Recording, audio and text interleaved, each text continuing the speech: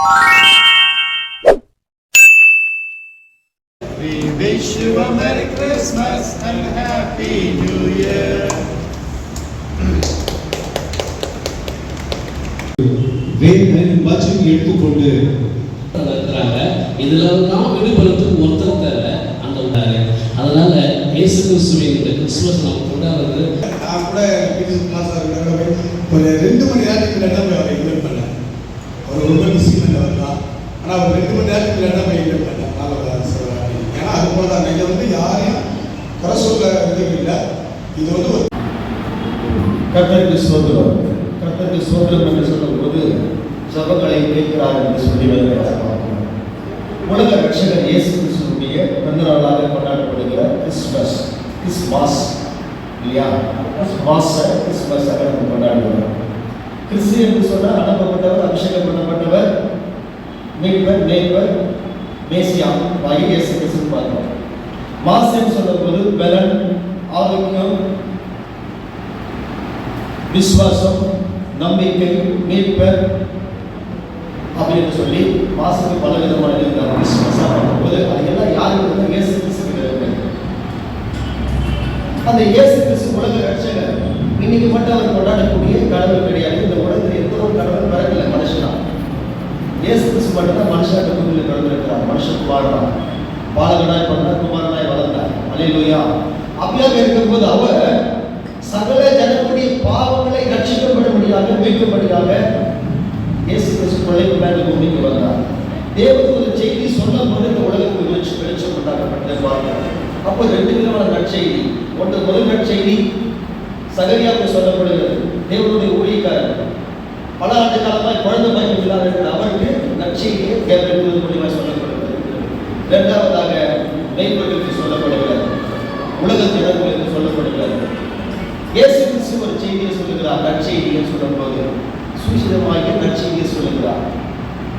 தேவனுடைய ராஜ்யத்தை குறித்து பேச வருகிறார். அசுத்தாவிகளை துரத்தவும், மரித்தவர்களை எழுப்பவும், வேதேசங்களை குணமாகவும் வருகிறார்.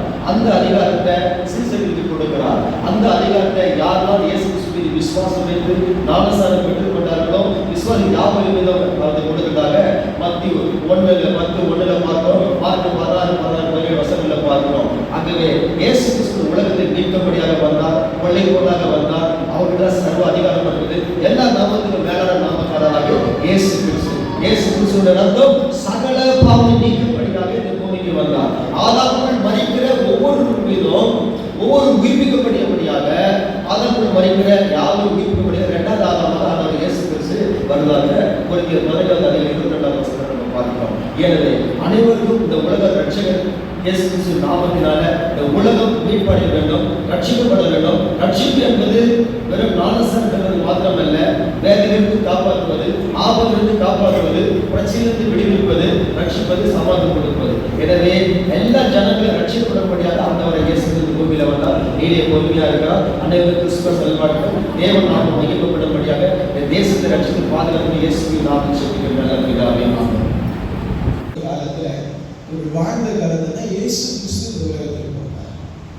இயேசுடைய பிறப்பு என்பது யூதர்களுடைய ஒரு மிகப்பெரிய ஒரு கடினமான ஒரு சூழலில் நிகழ்ந்தது. பைபிளை நம்ம வாசிக்கிறோம். முதல்ல இதோ எல்லா ஜனங்களுக்கும் மிகுந்த சந்தோஷத்தை கொடுக்கக்கூடிய நற்செய்தி உங்களுக்கு அறிவிக்கிறேன். எல்லாருக்கும் சந்தோஷத்துக்குரிய ஒரு நல்ல செய்தி உங்களுக்கு கொடுக்கிறேன். கர்த்தராகிய கிறிஸ்து என்ற ரட்சகர் தாவீதின் ஊரிலே பிறந்திருக்கிறார் என்று சொல்லி சொன்னார். ஒரு இருண்ட காலத்துக்குள்ள வாழ்ந்த மக்களுக்கு அந்த கிறிஸ்துவனுடைய பிறப்பு என்பது ஒரு புதிய நம்பிக்கையை உண்டாக்கியதாக இருந்தது. அது வரைக்கும் ரோமர்களுடைய ஆட்சியில இருந்தாங்க. அவங்க யார் எதிர்பார்க்கிறாங்க? மேசியா என்று சொன்னால் அபிஷேகம் பண்ணப்பட்டவர். அது மாத்திரமல்ல, இயேசுக்கு என்ன பேர்னா விடுதலையான நம்பிக்கையை கொடுத்தது.